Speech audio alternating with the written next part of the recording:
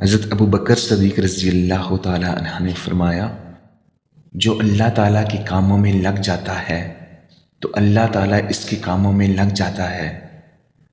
بروں کی ہم نشینے سے تنہائی بہتر ہے، اور تنہائی سے نیک لوگوں کی صحبت بہتر ہے۔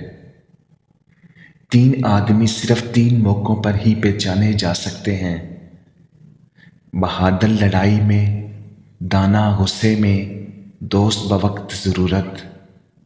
وہ لوگ بہتر نہیں ہیں جو آخرت کے لیے دنیا کو ترک کر دیتے ہیں، بلکہ بہتر وہ ہیں جو دنیا اور آخرت دونوں کا حق ادا کرتے ہیں۔ شکست کھانا بری بات نہیں، شکست کھا کر ہمت ہار جانا بری بات ہے۔